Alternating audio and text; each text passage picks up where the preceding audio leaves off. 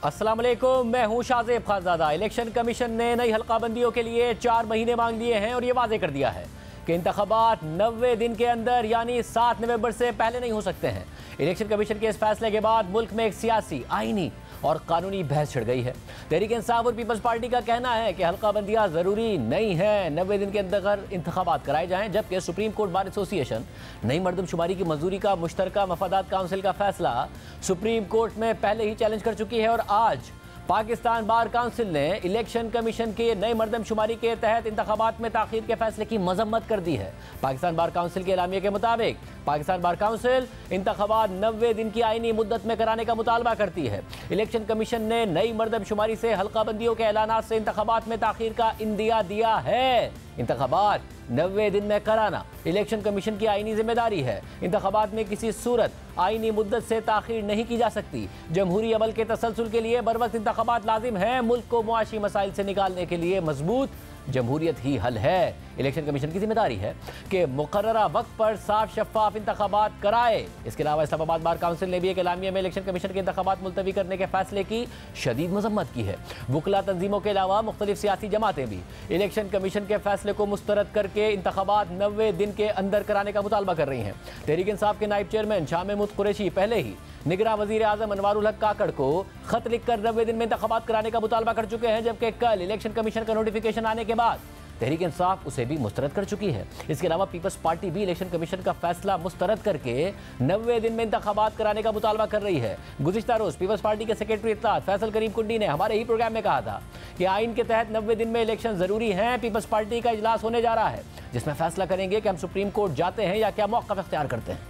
हमारा point of view totally clear था, 60 दिन या मैक्सिमम 90 दिन के अंदर इलेक्शन होने चाहिए। ये नहीं कि आप मरदमशुमारी की वजह से इलेक्शन को आप 4 महीने या 6 महीने आप आगे कर दें। देखें 4-6 महीने ये नहीं होगा। आप 4-6 महीने जब ये खत्म होगा आप अदालतों में जाएंगे कि मैं बोलूँगा मेरे हल्के में आपने गलत वो की है, आप कहेंगे, दूसरे उठेंगे, पूरे पाकिस्तान से इनके खिलाफ अपीलें होंगी, फिर वो सुप्रीम कोर्ट है या हाई कोर्ट अदालतों में जाएंगे और ये चीज़ें डिले होंगी। फिर वो आप जो है फिर ये पता नहीं साल 1.5 साल जितना भी लगता है फिर आप उसमें उन चक्रों में पड़ जाएंगे। पाकिस्तान पीपल्स पार्टी की बिल्कुल क्लियर कट डिमांड है कि 90 दिन के अंदर इलेक्शन होने चाहिए। कॉन्स्टिट्यूशन कहती है कि 90 दिन में इलेक्शन है वो जरूरी है। कॉन्स्टिट्यूशन में डिलिमिटेशन का जिक्र नहीं है। मैं कहता हूँ अगर डिलिमिटेशन करनी है आपने तो देखें सीटें तो नहीं बढ़ानी है ना, आपने सीटों की डिलिमिटेशन तो उस वक्त आपको मसाइल होते हैं कि आपने सीटें बढ़ानी है। इसी हल्कों में आपने जाकर जो है वो डिलिमिटेशन है वो कम और ज़्यादा हल्कों का करना है और इसमें दिन रात काम कर लिया जाए, स्टाफ बढ़ा दिया जाए तो मैं समझता हूँ कि ये काम जो है वो चीज़ मसला जो है हल हो सकता है। और आप वो 4 महीने काम 2 महीने में कर लें। पीपल्स पार्टी की अपनी आला सदर की मीटिंग होने जा रही है, उसमें हम फैसला करेंगे हम सुप्रीम कोर्ट जाते हैं या क्या मौक़िफ़ इख्तियार करते हैं। हम अपनी सियासी जमातों के पास भी जाएंगे जो हमारी इत्तेहादी जमातें थी।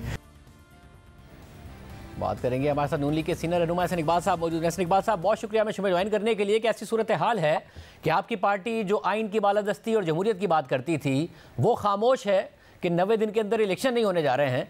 Peoples party, Pakistan bar council, इसके अलावा supreme court bar, Tehreek Insaf सब दूसरी तरफ खड़े हैं कि 90 दिन में इंतखाबात की शर्त पूरी की जाए।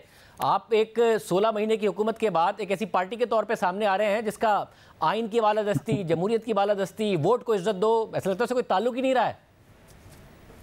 नहीं, मेरा ख्याल है शाहजेब साहब ये थोड़ी ज्यादती होगी। हमने हमेशा से ये मौकफ लिया है कि आइन और कानून के तहत मुल्क का निज़ाम चलना चाहिए। आपको याद होगा कि आप ही के प्रोग्रामों में मैंने तकरीबन 8 महीने पहले से ये सबसे पहले शायद मैंने ये बात की थी चूंकि मेरी वजारत से मुताल्लिक थी कि काउंसिल ऑफ कॉमन इंटरेस्ट जो 13 जनवरी 2022 को इमरान खान साहब की ज़ेर सदारत हुई थी उसमें यह फैसला किया गया था कि मुल्क के अंदर नई मरदमशुमारी का अमल शुरू किया जाए और जो 2023 के इंतखाबात हैं उनके लिए 7वीं मरदमशुमारी के नताइज जो ही हतमी शक्ल दें उन्हें इलेक्शन कमीशन के सपोर्ट किया जाए ताकि अगले इलेक्शन उसके ऊपर हो सके। ये बात समझना जरूरी है कि पाकिस्तान में मरदमशुमारी 10 साल के बाद होती है। ये मरदमशुमारी 5 साल के बाद क्यों की गई थी? ये इसलिए की गई थी कि जो 2017 की मरदमशुमारी है उस पे सूबा सिंध की तरफ से बहुत ज्यादा देही और शहरी दोनों आबादियों की तरफ से तहफुजात आए थे और उस वक्त ये तय हुआ था कि प्रोविजनली इसके जो नताइज हैं उनके ऊपर 2018 का इलेक्शन मुनक्कद कर लिया जाए, बल्कि उसके नताइज हतमी शक्ल नहीं इख्तियार कर रहे थे तो एक आईनी तरमीम की गई। उस आईनी तरमीम के जरिए प्रोविजनल नताइज को बुनियाद बनाया गया हल्का बंदी के लिए और उसी के साथ ये असूली फैसला किया गया कि जो अब अगला इलेक्शन है वो नई मरदमशुमारी पे होगा, चूंकि छठी मरदमशुमारी मुतनाज़ हो गई थी। तो इस बुनियाद पे इमरान खान साहब के दौर में है, मगर साहब देखें ना, ऐसे इकबाल साहब आप दुरुस्त कह रहे हैं कि आप ही ने सबसे पहले ये बात की थी 8 महीने पहले कि ये फैसला हुआ था, इमरान खान साहब के दौर में हुआ था, सिर्फ वन टाइम प्रोविजन थी, अब नई मरदमशुमारी के तहत इलेक्शन होने हैं, इसलिए पंजाब और खैबर पख्तूनख्वा में अलग मरदमशुमारी पर और बाद के इलेक्शन नई मरदमशुमारी पर नहीं हो सकते। मगर उसके बाद आप ही ने हमारे प्रोग्राम में कहा था क्योंकि देर बहुत हो गई है इसलिए अब पुरानी मरदमशुमारी पर इलेक्शन होंगे। उसके बाद आप ही अपने 8 महीने पुराने वाली बात की बात कर रहे हैं उससे, मगर उसके बाद वाली बात की बात नहीं कर रहे हैं। और अब इसमें इशू है कि आप ये क्यों नहीं मुतालबा कर रहे हैं कि 90 दिन में इलेक्शन कराएं, आइन की जरूरत पूरी करें। आपके प्रोग्राम में ही मैंने ये कहा था कि अगर 90 दिन के अंदर इंतखाबात हमने कराने हैं या हम चाहते हैं तो फिर नई मरदमशुमारी के आने के बाद वो मुमकिन नहीं रहेगा। हमें पिछली मरदमशुमारी के तहत ही हल्का बंदी पर 90 दिन के अंदर इंतखाबात करना मुमकिन होगा। लेकिन 7वीं तरमीम जो मरदमशुमारी है, जब उसके नताइज हतमी हो गए, कंपाइल हो गए, अगर हुकूमत उनको होल्ड करती तो वो काउंसिल ऑफ कॉमन इंटरेस्ट के फैसले के खिलाफ वर्जी की मुर्तकब होती कि जिसमें हुकूमत को पाबंद किया गया था कि वो इन नताइज को इलेक्शन कमीशन को दे ताकि वो आइंदा इंतखाबात इसके ऊपर कर सकें। लिहाजा ये हमारी आईनी जिम्मेदारी थी कि जब उसके नताइज हतमी हो गए हम उनको काउंसिल ऑफ कॉमन इंटरेस्ट के सामने पेश करें और काउंसिल ऑफ कॉमन इंटरेस्ट के फैसले के मुताबिक इन नताइज को इलेक्शन कमीशन के पास आप बराह रास्त आप इस सारे प्रोसेस से मुंसलिक भी थे बतौर वजीर, तो इस बात में जल्दी भी तो की जा सकती थी ना कि मई के महीने में कम से कम जल्दी जल्दी इस चीज़ को फाइनल किया जाए, काउंसिल ऑफ कॉमन इंटरेस्ट का इजलास बुलाया जाए, एतराज़ात को दूर किया जाए और प्रोसेस को एक्सपेडाइट किया जाए, तेज किया जाए ताकि इलेक्शन अपने वक्त पर हो सकें और आइन की बालादस्ती कायम रहे। मगर बिल्कुल जाते जाते किया आप लोगों ने। जी नहीं, मैं इसमें भी आपको अर्ज करूं, देखिए इसमें कुछ ऐसी फोर्सेस थी या मसाइल थे जो हमारे कंट्रोल से बाहर थे। मिसाल के तौर पे ये डिजिटल सेंसस था और डिजिटल सेंसस के लिए 1,26,000 स्पेशल टैबलेट्स प्रोक्योर करने थे और इसमें जो पेंडेमिक की वजह से सप्लाई चेन्स का मसला हुआ उसमें हमें कुछ ताखीर हुई, नादरा को इन्हें प्रोक्योर करने में बाहर से इनको लेकर आना था। इसके बाद फिर जब हमने इसकी अमली इन्यूमरेशन शुरू की तो सूबा सिंध की तरफ से ज्यादा हमें मुतालबा आया, फिर पंजाब का भी आया कि हमारे यहाँ जो इंतजामी हालात थे उनके दौरान हमारी मशीनरी दूसरे कामों में रही, हमारी गिनती का अमल पूरा नहीं और इस चीज को हमने अपने चूंकि डिजिटल प्रोसेस से हो रही थी ये चीज देखने में आ रही थी कि बहुत अंडर काउंट हो रहा था और उसको पूरा करने के लिए सूबों को फिर उनके दरख्वास्त पे उनके मुतालबे पे एक्सटेंड करना पड़ा टाइम और हमने उसके बाद जब नताइज इब्तदाई कंप्यूट किए तो उसके रोशनी में चूंकि ये पहली दफा डिजिटल था और स्पार्को के सैटेलाइट इमेजेस का भी हमने सहारा लिया था तो कहीं हमें जो ओवर काउंटिंग की शिकायत आई उनकी वेरिफिकेशन करनी थी और उसके बाद फिर इसी के अंदर एक पोस्ट एन्यूमरेशन ऑडिट शामिल था ताकि इसकी ट्रांसपेरेंसी को यकीनी बनाया जाए। ये सारा अमल तेज तरीन मरहले से किया गया है और काउंसिल ऑफ कॉमन इंटरेस्ट में इस मरदमशुमारी को इत्तफाक राय से फिर मंजूर किया गया। मगर क्या जो वजीर आला सिंध है या पीपल्स पार्टी की जो रिप्रेजेंटेशन थी उसकी तरफ से इस बात पर एतराज किया गया था कि मंजूर तो कर रहे हैं मगर इलेक्शन हमें 90 दिन के अंदर कराने या फिर डिलिमिटेशन की हल्काबंदियों की जरूरत नहीं है अभी? देखिए काउंसिल ऑफ कॉमन इंटरेस्ट के अंदर तो सिर्फ मरदमशुमारी की मंजूरी दी गई थी और जब मरदमशुमारी की मंजूरी दी जाती है तो सबको ये मालूम है कि इस मरदमशुमारी को जब हम ऑफिशियल कर रहे हैं तो इसकी रोशनी में इलेक्शन कमीशन पाबंद होगा। देखिए उनके पास डिस्क्रिशन नहीं है। इस मुल्क के अंदर ये सारे लोग जो आइन की बात करते हैं, मैं तो फैसला हमने नहीं करना, ये इलेक्शन कमीशन ने करना है, लेकिन ये पॉइंट ऑफ रिकॉर्ड भी होना चाहिए कि इलेक्शन कमीशन भी आखिर अपनी मर्जी से नहीं मुल्क चला सकता। उन्होंने भी आइन और कानून के तहत मुल्क को चलाना है। आइन और कानून उन्हें पाबंद करता है कि जब नई मरदमशुमारी नोटिफाई हो जाए, वो इसलिए नए हल्का बंदी करना जरूरी है चूंकि पॉपुलेशन शिफ्ट्स के नतीजे में जो हल्के हैं वो आबादी का नुमाइंदा हों।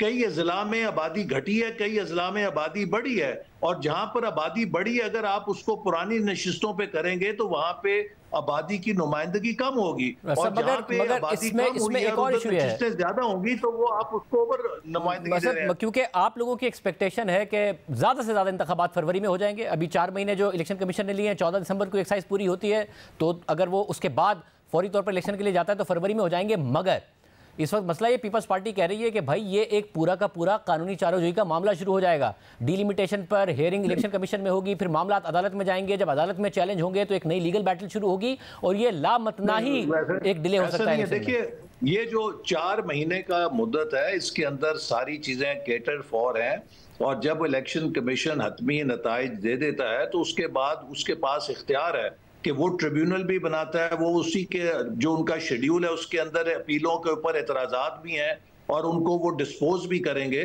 लिहाजा दिसंबर तक हल्का बंदी जो है वो उसको हतमी जब फहरिस्त देंगे तो उसके फौरन बाद वो पाबंद है कि इलेक्शन के शेड्यूल का ऐलान करें। लेकिन मैं फिर कहूंगा कि ये फैसला के 90 दिन के अंदर होने हैं या 190 दिन के अंदर होने हैं, ये मैंने नहीं करना, आपने नहीं करना, ये इलेक्शन कमीशन ने करना है। और इलेक्शन कमीशन ने अपनी सवाबदीद से नहीं करना, उन्होंने आइन और कानून के तहत वैसे मगर आइन तो वाजे है, आइन का आर्टिकल 48 वाजे है 48 कि जी अगर असेंबली डिसॉल्व प्रेसिडेंट करेगा तो फिर उसके बाद डेट भी वही देगा जो कि 90 दिन से आगे की नहीं होगी। आइन वाजे है, आपने इलेक्शन एक्ट में तरमीम करके ये इख्तियार जरूर इलेक्शन कमीशन को दिया है, पर कानून आइन से ऊपर तो नहीं हो सकता।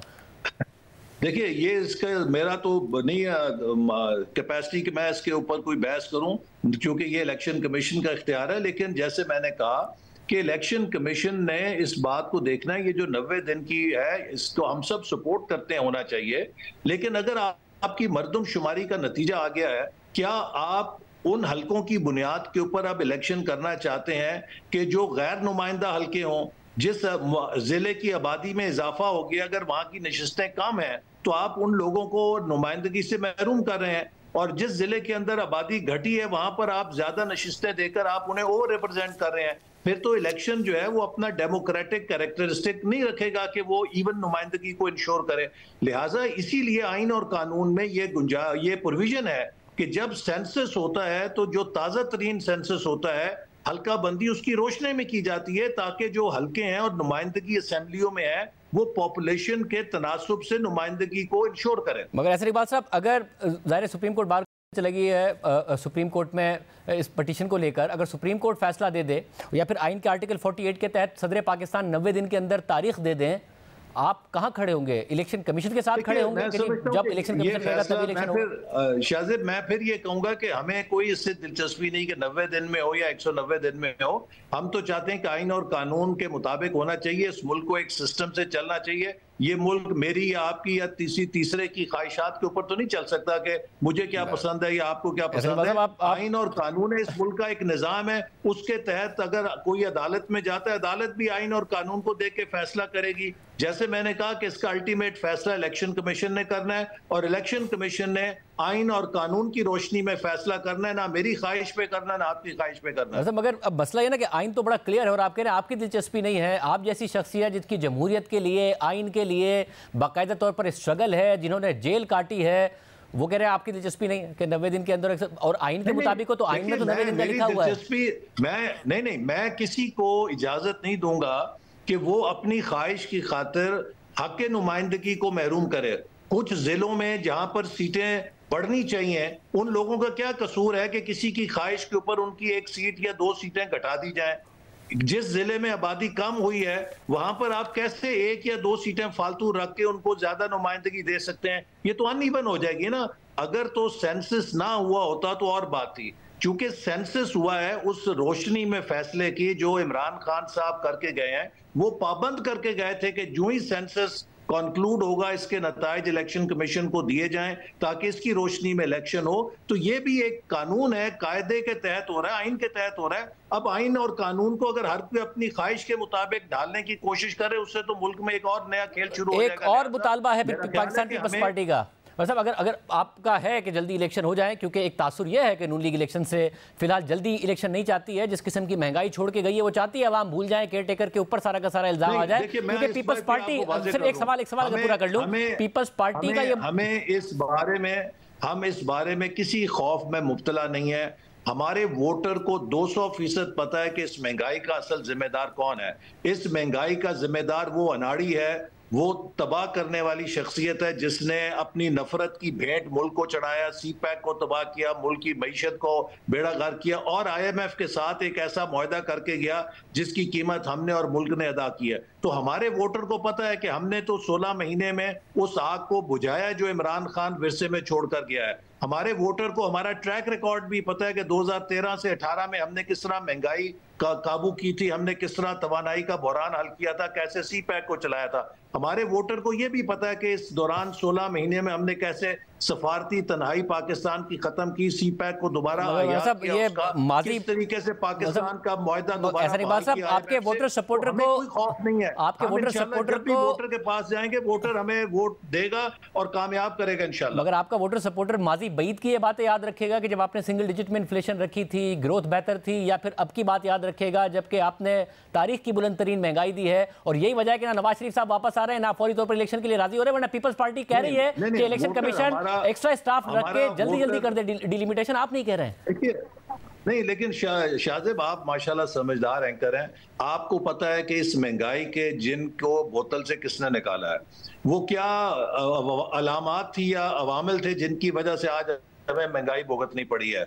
इसमें सबसे बुनियादी किरदार वो पॉलिसीज थी जो खुद शौकत तरीन साहब जो पिछली हुकूमत के वजीर खजाना थे, जो उनके पिछली हुकूमत के चेयरमैन FBR थे शब्बर जैदी साहब, हर रोज वो टीवी पर कहते थे कि हुकूमत दिवालिया हो गई है, पाकिस्तान दिवालिया हो गया है। पिछली हुकूमत के वजीर कहते थे कि शुक्र करें हमसे हुकूमत चलेगी, लगा वगरना लोगों ने हमें पत्थर मारने थे।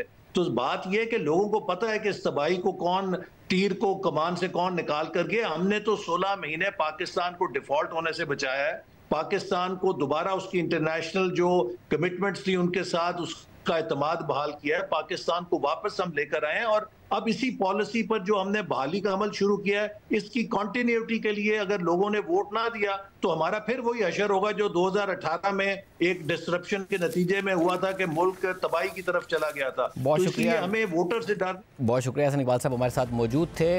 इस वक्त पाकिस्तान बार काउंसिल की तरफ से इसकी मजम्मत की गई है। क्या वुकला किसी तहरीक की तरफ जाएंगे या फिर अदालत का रुख करेंगे? हसन रजा पाशा साहब, chairman executive committee Pakistan bar council, हमारे साथ मौजूद हैं।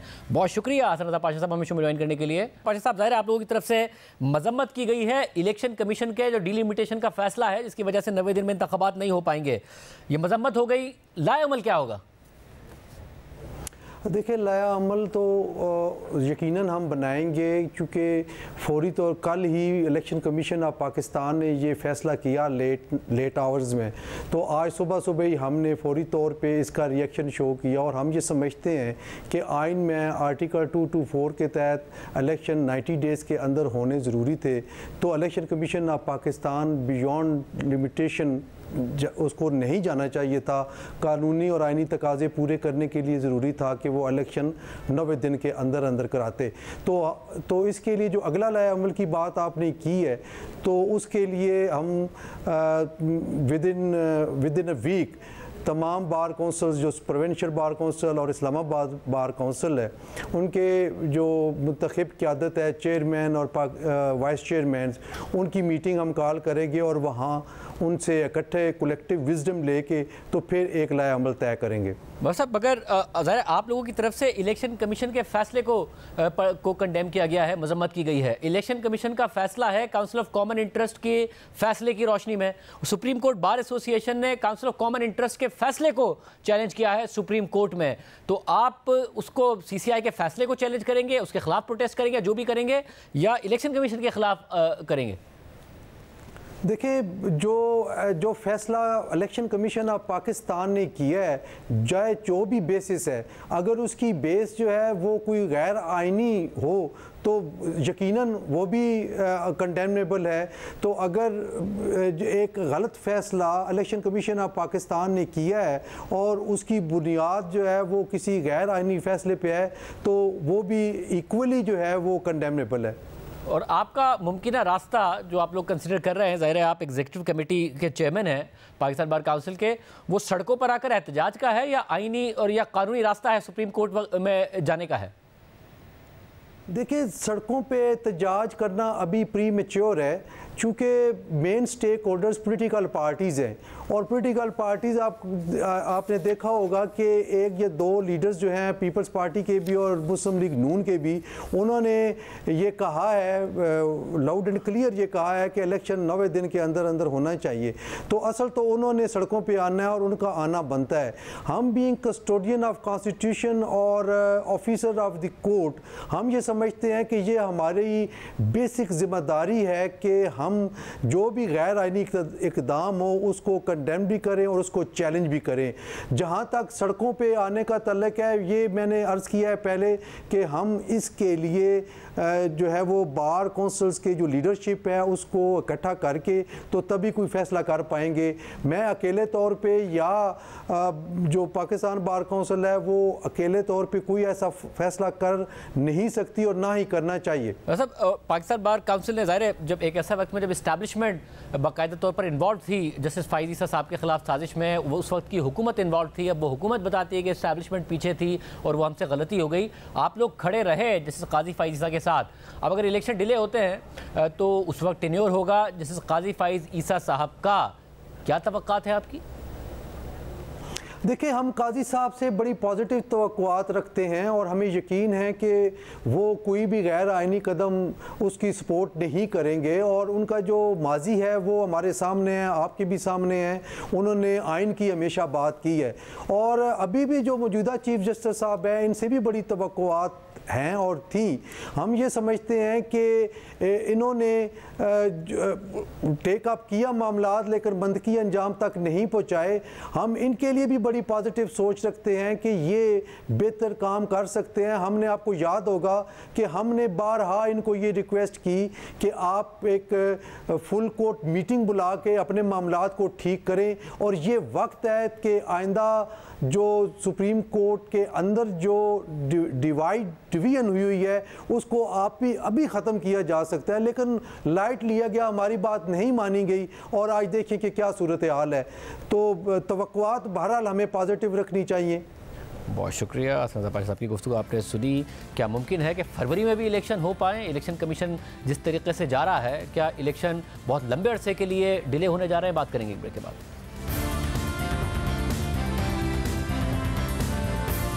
हमारे साथ साबिक सेक्रेटरी इलेक्शन कमीशन कमर दिलशाद साहब मौजूद हैं। कमर दिलशाद साहब, बहुत शुक्रिया। अब ज़ाहिर है पाकिस्तान बार काउंसिल ने कंडेम किया है कि इलेक्शन कमीशन ने कैसे 90 दिन से बियॉन्ड जाने की बात की और डीलिमिटेशन के लिए 4 महीने का पहले ही एक पूरा प्रोसेस अनाउंस कर दिया। साथ में सुप्रीम कोर्ट बार इस पर एहतजाज कर रही है। नज़र आ रहा है कि पीपल्स पार्टी भी कह रही है कि ज़रूरत नहीं है कि आप डिलिमिटेशन की एक्सरसाइज में जाएं, इंतखाबात हो सकते हैं, 90 दिन की लिमिट के अंदर हो सकते हैं। क्या आपकी राय है इस हवाले से? इलेक्शन कमीशन ऑफ पाकिस्तान ने दर्जनों खत लिखे थे महकमा शुमारियात डिवीजन को भी, प्लानिंग कमीशन को भी, प्राइम मिनिस्टर पाकिस्तान थे उस वक्त के, कि जनाब अगर ये लोग आगे हल्का बंदियां हमने करवानी है, इसलिए 4 से 6 महीने का अर्सा दरकार होगा, तो आप 30 मार्च से पहले इसका नोटिफिकेशन जारी कर दें। लेकिन 30 मार्च भी गुजर गई, 30 मई तक बात पहुंची, तब भी रिजल्ट तैयार था, लेकिन हुकूमत ने, वफाकी हुकूमत की उस वक्त साबिक़ा हुकूमत ने उसका नहीं नोटिफिकेशन किया और वो जाके उस वक्त नोटिफिकेशन किया जबकि 3 दिन पहले, इसके बाद 3 दिन के बाद असेंबली तहरीर हो गई। ये तो वफाकी हुकूमत का फेलियर था, मगर आइन का आर्टिकल 51 बात करता है सूबों के दरमियान अगर सीट का रद्दोबदल हो, वो तो हो नहीं सकता क्योंकि कॉन्स्टिट्यूशनल अमेंडमेंट नहीं हो सकती। मगर आइन का आर्टिकल 48 ये कहता है कि अगर प्रेसिडेंट असेंबली डिसॉल्व करेगा, जो कि इस केस में वज़ीर आज़म की एडवाइस पर प्रेसिडेंट ने की है, तो फिर एक डेट भी 90 डेज के अंदर अंदर प्रेसिडेंट देगा। तो बाद में बेशक इन्होंने तरमीम करके इलेक्शन एक्ट में इख्तियार इलेक्शन कमीशन को दिया, मगर आइन सुप्रीम है, आइन कानून के आगे ज़्यादा मोतबर है और आइन की चलती है। तो ये कैसे होगा फिर? अगर जो फेलियर थे पिछली वफाकी हुकूमत के वो अपनी जगह पर है कि उन्होंने वक्त पर काम नहीं किया, मगर अब आइन की तो पासदारी करना होगी। देखो जी, आइन के तो बाकायदा सही कह रहे हैं आप इस लिहाज से कि जो आर्टिकल 51 है उसका जो आपका हवाला दे रहे हैं, वो 53 वो सेक्शन 3 है, यानी आर्टिकल 51 का सेक्शन 3 के तहत जब हल्का बंदियां हो जाएंगी तो फिर इलेक्शन कमीशन पाकिस्तान को सूबाई और कौमी असम्बली की नशिस्तों की असर नो तयन भी करनी पड़ेगी, एडजस्टमेंट करनी पड़ेगी। लेकिन चूंकि 2/3 मेजॉरिटी नहीं है तो आइन की तरमीम तो नहीं हो सकती थी। तो अब जाहिर है कि ये जो आपका सामने पड़ा, इसके जो मामला पड़ा है, अब सिर्फ एक ही एक्शन होगा। लेकिन इसके साथ साथ हमें एक बड़ी खुशैन बात ये हुई है कि जनाब हल्का बंदियों का नोटिफिकेशन से पहले चीफ इलेक्शन कमिश्नर साहब जो आईनी सरबराह हैं इलेक्शन कमीशन के, उनकी जनाब चीफ जस्टिस पाकिस्तान से जो मुलाकात हुई, मशावरत हुई 2 घंटे से ज़ायद, उसमें मुमकिन है कि इलेक्शन कमीशन पाकिस्तान ने आर्टिकल 51 का सब सेक्शन 5(3), आर्टिकल 224 का A, B, C सब बातें जो है वो सुप्रीम कोर्ट ऑफ पाकिस्तान के चीफ जस्टिस के नोटिस पे लाए होंगे और बताया होगा इसके साइड इफेक्ट बहुत ज्यादा है। इसके साइड इफेक्ट ये है कि 14 दिसंबर को डेट रख दी, बड़ा लंबा चौड़ा शेड्यूल दिया है, बड़ा शानदार शेड्यूल दिया है इंतजामी अमूर के लिहाज से। लेकिन जब ये नोटिफिकेशन हो जाएगा आपका जो है हल्का बंदियों का, तो इस पर लोगों को इतराजात भी तो बेशुमार आने हैं, तो हाई कोर्ट भी जाएंगे, सुप्रीम कोर्ट भी जाएंगे। लेकिन इलेक्शन में पाकिस्तान ने जो 4 महीने के अरसे में अपना जो आईनी प्रोविजन तो कानूनी प्रोविजन दे दिया है, इन 4 महीनों में वो तमाम एतराजात को भी डिस्पोज ऑफ किया जाएगा, जो कि ड्राफ्ट जो जारी किया जाएगा 14 नवंबर को हल्का बंदियों का, तो उस पर 1 महीना उन्होंने एतराजात के लिए भी दिया है। मगर साहब ये तो इलेक्शन कमीशन के सामने एतराजात का वक्त है ना। पाकिस्तान पीपल्स पार्टी कह रही है इलेक्शन कमीशन में एतराजात आएंगे, अगर वो एतराजात मुस्तरद हो गए तो लोग अदालत चले जाएंगे, जब वो अदालत चले जाएंगे तो फिर मामला तूल पकड़ता जाएगा। इसलिए पीपल्स पार्टी का कहना है कि जी इलेक्शन कमीशन ने अगर करना ही है, वो पहले तो वो कह रहे हैं जरूरत ही नहीं है करने की, अगर करना है तो फिर तेजी से करें, एक्स्ट्रा स्टाफ के साथ करें, 90 दिन के अंदर अंदर अभी भी वो ये एक्सरसाइज कर सकते हैं और इलेक्शन करा सकते हैं, तो लंबे टाइम पीरियड की जरूरत नहीं है। जनाब पीपल्स पार्टी को अब ख्याल आ रहा है कि जनाब जब मुश्तरका फसादात कौंसिल इनके तो वजीर आला थे सैयद मुराद अली शाह, तो उन्होंने उस वक्त मुश्तरका फसादात कौंसिल में ये तहफ़्फ़ुज़ात का इज़हार क्यों नहीं किया? अगर अपना डिसेंट नोट दे देते कि जनाब इस मौके पर इसका नोटिफिकेशन ना किया जाए, और इलेक्शन कमीशन बार बार कह चुका है कि हम पुरानी हल्का बंदियां जो हमने 5 अगस्त 2022 को की थी उसकी बुनियाद पर हम इंतखाबात करवा देंगे। तो अब पीपल्स पार्टी को उस वक्त इतराज करना चाहिए था जब उनके वजीर आला वहाँ मुश्तरका फसादात कौंसिल में मौजूद थे, उन्होंने तो फौरन एग्री किया कि हाँ हमें तो कोई इतराज नहीं। अब वो कह रहे हैं कि हमें 90, उनको नजर नहीं आ रहा था कि हल्का बंदियां होंगी तो 4 महीने का अरसा लगेगा, और जब नोटिफिकेशन हो जाएगा तो इलेक्शन कमीशन आईनी तौर पर पाबंद हो जाएगा कि हल्का बंदी करवाएं एक साथ। तो फिर कमर साहब ये क्या ये मुमकिन है कि 4 महीने के पीरियड की बजाय जल्दी हो जाए, जो पीपल्स पार्टी कह रही है कि जी जल्दी हो सकता है, एक्स्ट्रा स्टाफ रख लें, तेजी से ये काम कर दें ताकि 90 दिन की जो आईनी हद है उसके अंदर अंदर इलेक्शन हो जाए? नहीं, ये तो सारी सियासी स्कोरिंग की बात है, लेकिन इसकी एक बड़ी अहम बात ये बताऊं शाहजेब साहब कि जब ये हल्का बंदियां हो जाएंगी तो अगर आप डिलिमिटेशन का जो आप कानून पढ़ें, डिलिमिटेशन के जो 17 से लेकर 22 तक जो दफात हैं, उसमें ये जिक्र भी है कि जब आप हल्का बंदियां करवा लेंगे तो फिर इलेक्टोरल रोल की भी अपडेशन होनी है, इलेक्टोरल रोल की भी अपडेटिंग होनी पड़ेगी, वो भी उस कानून का हिस्सा है कि जब आप हल्का बंदी करवाएंगे तो आप दोबारा असरे नौ जो है इंतखाबी फरिश्तों को भी आपकी नजर सानी करनी पड़ेगी, वो भी बहुत इसकी भी कानूनी रिक्वायरमेंट्स है, क्योंकि शुमारिया डिवीजन की जो मर्दर शुमारी उन्होंने सब सर चार्ज, इसके बाद वो सर्कल तमाम बदल दिए हैं उन्होंने। उस लिहाज से अब वो जो पुरानी जो है हल्का बंदियां वो तो ज़ाहिर है जब नई हल्का बंदी शुरू हो गई तो पुरानी हल्का बंदी तो कलदम हो गई। मगर कमर साहब अगर इस सब के दौरान हल्का बंदियों के साथ तो मर्द के साथ है, ये तो किसी ने गौर नहीं किया, इसके साथ साथ तो अब लाजमी करनी पड़ेगी आपको इंतखाबी फरिश्तों पर नजरसानी, उसके लिए भी वक्त चाहिए। तो ये 4 महीने अपडेशन के बाद नोटिस आपने दोबारा जारी करेगा। मैं अर्ज करूँ ना आपसे, मैं बड़ी अहम बात बता रहा हूँ आपको, ये आपके चैनल में बता रहा हूँ, ये मैं कानूनी बातें बता रहा हूँ, उसमें ये अर्ज कर रहा हूँ कि जब वो हल्का बंदियों के बाद जब आपके साथ और के साथ आपने करवानी है, नजरसानी करवानी है इंतखाबी फरिश्तों के, और इंतखाबी फरिश्तों की नजरसानी के बाद इलेक्शन कमीशन सेक्शन 57 के तहत शेड्यूल जारी करेगा। ये बड़े इसके साथ साथ मामला तो इतने सारे अगर मामला हैं कमर दिलशाद साहब, अगर इतने सारे मामला हैं तो पहले ही एक तो ये बात कही जा रही है कि जी अदालतों में मामला गया तो और डिले होता जाएगा, और जो मामला आप बता रहे हैं उसके तहत तो फिर फरवरी में भी इलेक्शन मुश्किल नजर आ रहे हैं।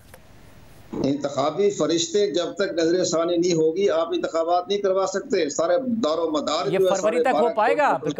आप उसके लिए इंतखाबी फरिश्ते बड़ी अहम है, तो आपका तजर्बा क्या कहता है साहब, अगर फिर फरवरी तक हो पाएगा ये सारा मामला आपके ख्याल में? अहम बात कही आपसे, वैसे ये मामला फिर बता दिया मुझे, मैंने पढ़ रहा था, मैं देख रहा था मगर साहब ये, मगर आपका तजर्बा क्या ये कहता है कि ये काम फिर सारा फरवरी तक हो पाएगा कि फरवरी में भी इलेक्शन हो रहे हो, या आपको उससे भी आगे की तारीख नजर आ रही है?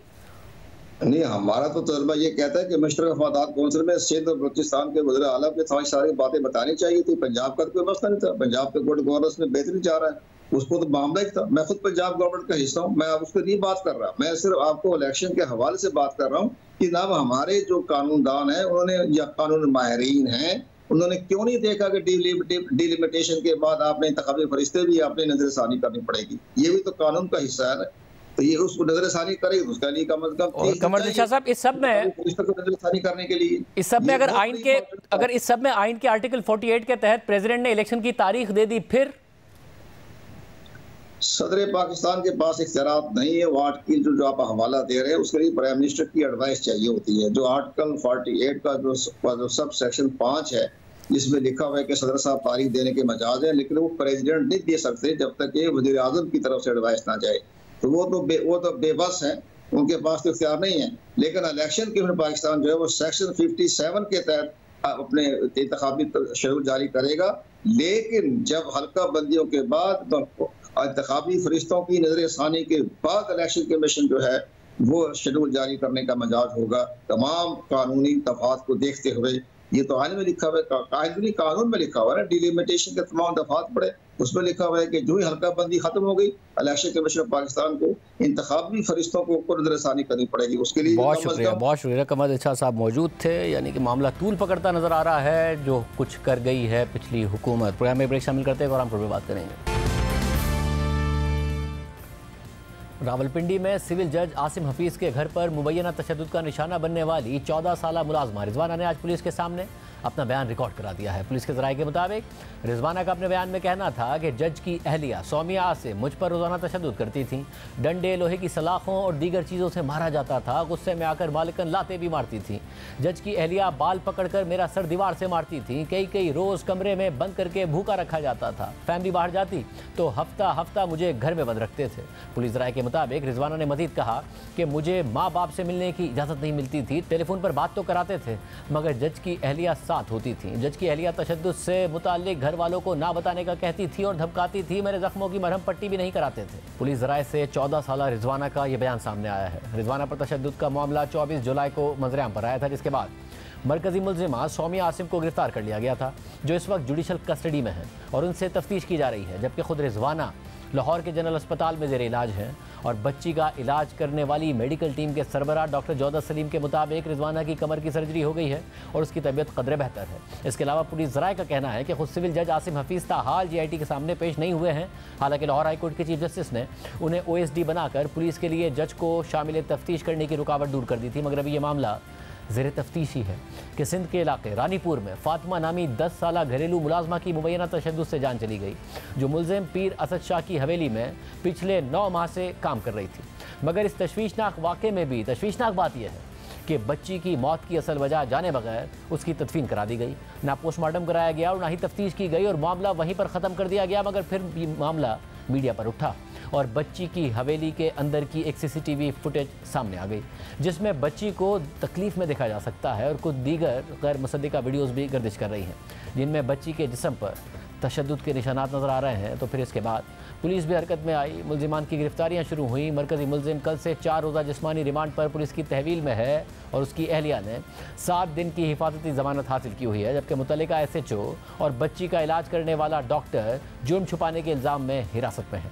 इसके अलावा आज पुलिस की तहकीकाती टीम मुल्जिम के घर और नौशेर अफरोज़ में मकतूला बच्ची के गाँव पहुँची थी और मुल्जिम की हवेली में क्राइम सीन से शवाहिद इकट्ठे कर लिए गए थे। पुलिस ने मुतासरा ख़ानदान और दीगर गवाहों के बयानात भी कलमबंद कर लिए हैं और अब कल अदालत की इजाज़त से बच्ची की कब्र कुशाई के जाने का इम्कान है, जिसके बाद लाश का पोस्टमार्टम किया जाएगा। बच्ची की कब्र कुशाई और पोस्टमार्टम के लिए 4 रुकनी मेडिकल बोर्ड तश्कील दे दिया गया है और इस वक्त बच्ची की कब्र पर नौशेर अफरोज़ और खैरपुर पुलिस के अहलकार तैनात हैं। लेकिन आज हवेली में काम करने वाली एक और मुलाजमा सानिया का वीडियो बयान सामने आ गया है, जिसमें वो बच्ची बता रही है कि हम फातिमा को तड़पता देखते थे मगर कुछ कर नहीं सकते थे और ख़ुद मुझे भी मारा जाता था। मां कुछ भी फातिमा के न कयो आहे, फातिमा के मां कुछ भी न कयो आहे। हुनजे ज़ुल्म खां पाणी बि असां कोन पिया ॾेई सघूं, वीचारी तड़पंदे पिया ॾिसूं। वीचारी ॾाढो ज़ुल्म हो, असांखे पाणीअ जो पीअण जो बि असांखे बि इजाज़त कान हुई। असां पाण पिया मरूं, असांखे पाण ई मूंखे बीमार करे छॾियईं, मां पाण ई मरां पई, मूंखे बि पाण मारियो अथई, मूंखे चंबा मुंहुं हणाई अथई, मुंहुं मुंहिंजो पाण सुॼाए छॾियो अथई। मुल्ज़िम असद शाह इल्ज़ामात को मुस्तरद कर चुका है, मगर आज निगरान वज़ीर आला सिंध जस्टिस रिटायर्ड मकबूल बाक़िर ने रानीपुर वाक़े का नोटिस ले लिया है। ताहम बच्ची की कब्र कुशाई और पोस्टमार्टम के बाद ही वाक़े के असल हक़ाइक़ सामने आने की उम्मीद है। इजाज़त दीजिए, अल्लाह हाफ़िज़।